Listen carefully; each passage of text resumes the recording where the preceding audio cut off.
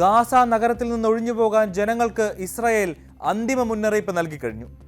Gaza city സൈന്യം വളഞ്ഞതായും അവിടുത്തെ ആളുകൾ ഉടൻ പ്രദേശം വിടണമെന്നുമാണ് ഇസ്രായേലി പ്രതിരോധ മന്ത്രി ഇസ്രായേൽ കാറ്റ്സിന്റെ നിർദ്ദേശം. അവിടെ ഇനിയും തുടരുന്ന ആളുകളെ തീവ്രവാദികളായോ തീവ്രവാദികളെ പിന്തുണയ്ക്കുന്നവരായോ കണക്കാക്കുമെന്നും കാറ്റ്സ് മുന്നറിയിപ്പ് നൽകുന്നുണ്ട്. ഡൊണാൾഡ് ട്രംപ് മുന്നോട്ട് വെച്ച സമാധാന കരാറിൽ ഹമാസ് ഇതുവരെ ഔദ്യോഗികമായ ഒരു തീരുമാനവും പറഞ്ഞിട്ടില്ല. സമാധാന കരാർ അംഗീകരിക്കാൻ 4 ദിവസമെന്ന സമയപരിധിയാണ് ഹമാസിന് മുന്നിൽ ട്രംപ് വച്ചു നീട്ടിയിരിക്കുന്നത്.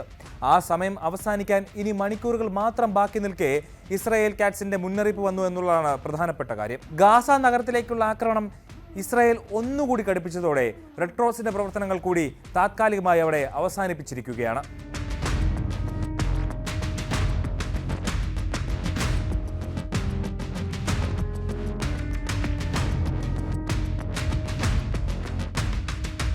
ഗാസയുടെ തെക്ക് നിന്ന് വടക്കോട്ടും തിരിച്ചും യാത്ര ചെയ്യാനുള്ള റോഡും ഇസ്രായേൽ അടച്ചു കഴിഞ്ഞു.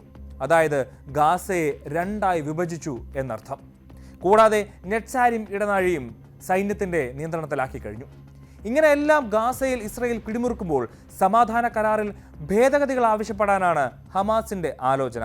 ഹമാസ് നിരായുധീകരിക്കണമെന്ന കാര്യം ഒഴിവാക്കണമെന്നതാണ് പ്രധാന ആവശ്യം. സ്വാതന്ത്ര്യാനന്തരം ഗാസയുടെ ഭരണത്തിൽ ഹമാസിന് ഒരു പങ്കും ഉണ്ടാകില്ലെന്ന ഭാഗത്തോടും നേതൃത്വം യോജിക്കില്ലെന്നാണ് റിപ്പോർട്ട്.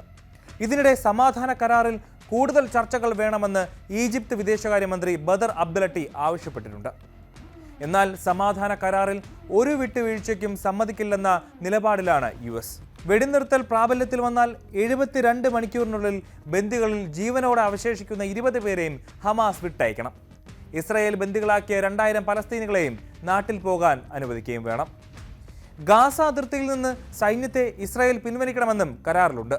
ഇതിനൊപ്പം യുദ്ധബാധിതർക്കുള്ള സഹായവും ഗാസ പുനർനിർമ്മാണവും കരാറിൽ പറയുന്നെങ്കിലും പലസ്തീനെ സ്വതന്ത്ര രാജ്യമായി പ്രഖ്യാപിക്കുന്ന കാര്യം ഉൾക്കൊള്ളിച്ചിട്ടില്ല.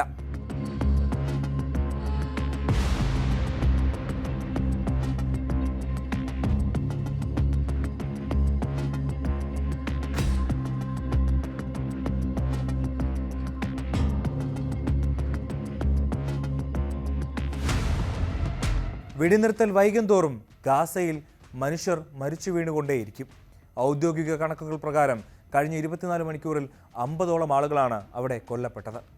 കഴിഞ്ഞ 2 വർഷത്തിൽ ഗാസയിൽ കൊല്ലപ്പെട്ടത് 66,148 പേരാണ്.